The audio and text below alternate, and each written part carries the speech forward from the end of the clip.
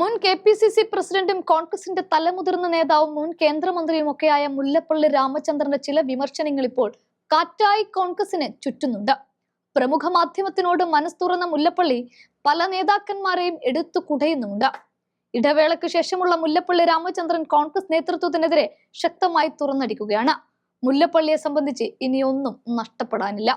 കേരളത്തിലെ കോൺഗ്രസിൽ നിന്ന് ലഭിക്കാനുള്ളതെല്ലാം മുല്ലപ്പള്ളിക്ക് ലഭിച്ചു കഴിഞ്ഞു. ഇനി കോൺഗ്രസിനുള്ളിലെ അപജയങ്ങൾ തുറന്നു കാണിക്കുക എന്ന ലക്ഷ്യമായിരിക്കാം മുല്ലപ്പള്ളിയെ നയിക്കുന്നത്. കോൺഗ്രസിന്റെ പാർട്ടി സംവിധാനം താഴെത്തട്ടിൽ അതീവ ദുർബലമാണ് എന്നായിരുന്നു വിമർശനങ്ങളിൽ മുഖ്യമായി ചൂണ്ടിക്കാട്ടിയത്. വരാൻ പോകുന്ന തദ്ദേശ തെരഞ്ഞെടുപ്പാണ് കോൺഗ്രസിന് മുന്നിലുള്ള പ്രധാന അജണ്ട. തദ്ദേശ തെരഞ്ഞെടുപ്പിനെ ഗൗരവത്തോടെ കാണണമെന്ന ഉപദേശമാണ് മുല്ലപ്പള്ളി നേതാക്കന്മാർക്ക് നൽകുന്നത്. തദ്ദേശ തെരഞ്ഞെടുപ്പ് ഫലം എതിരായാൽ അത് അണികളിൽ നിരാശയുണ്ടാക്കുമെന്നും മുല്ലപ്പള്ളി ഇവിടെ പറഞ്ഞു വെക്കുന്നുണ്ട്. KPCC അധ്യക്ഷൻ എന്ന നിലയിൽ എല്ലാവരെയും ഒരുമിച്ച് കൊണ്ടുപോകാനായിരുന്നു താൻ ശ്രമിച്ചത് എന്നും അതായിരുന്നു തന്റെ ദൗർബല്യമെന്ന പരാതിയും മുല്ലപ്പള്ളിക്കുണ്ട്. പുനഃസംഘടന ഗുണപരമായ മാറ്റമാകണം എന്ന അഭിപ്രായമാണ് മുല്ലപ്പള്ളി മുന്നോട്ട് വെച്ചത്.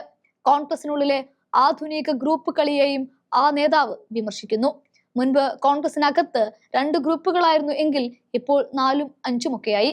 ഓരോ ഗ്രൂപ്പിലും ഇന്ന് കാണുന്ന നേതാക്കളെ അല്ല നാളെ കാണുന്നത്. കഷ്ടപ്പാടും പ്രയാസവുമൊന്നും അനുഭവിച്ചല്ല ഇവരൊക്കെ വന്നത് എന്നും മുല്ലപ്പള്ളി വ്യക്തമാക്കുന്നു. തണലായിട്ടും നിഴലായിട്ടും ബാലായിട്ടും ഒക്കെ വന്നവരാണ് ഇവരിൽ പലരും. അതിന്റെ പ്രശ്നങ്ങളുണ്ട്. കോൺഗ്രസിന് വലിയൊരു വിഭാഗത്തെ നഷ്ടപ്പെടുന്നുണ്ട് എന്നും മുല്ലപ്പള്ളി കൂട്ടിച്ചേർക്കുന്നു.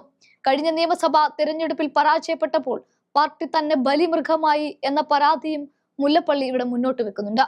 തെരഞ്ഞെടുപ്പിന് 4 മാസം മുൻപ് ഉമ്മൻചാണ്ടിയെ ചെയർമാനാക്കി AICC രൂപീകരിച്ച കമ്മിറ്റിയിൽ താൻ 6-മനോ 7-മനോ ആയിരുന്നു എന്നും തെരഞ്ഞെടുപ്പ് തന്റെ നേതൃത്വത്തിൽ ആയിരുന്നില്ല നടന്നത് എന്നും ചൂണ്ടിക്കാട്ടിയ നേതാവ് പരാജയം കൂട്ടുത്തരവാദിത്തമാണ് എന്ന ഓർമ്മപ്പെടുത്തലും നൽകുന്നു.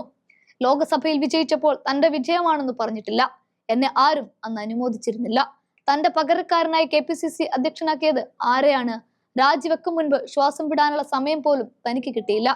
കോവിഡ് കാലത്ത് രാവിലെ 7:30 ഇന്ദിരാഭവനിൽ എത്തുമായിരുന്നുവെന്നും ആത്മാർത്ഥമായി പ്രവർത്തിച്ച തനിക്ക് പ്രതീക്ഷിച്ച പരിഗണന ലഭിച്ചില്ല എന്നൊക്കെ മുല്ലപ്പള്ളി പരാതിയായി ചൂണ്ടിക്കാട്ടുന്നുണ്ട്.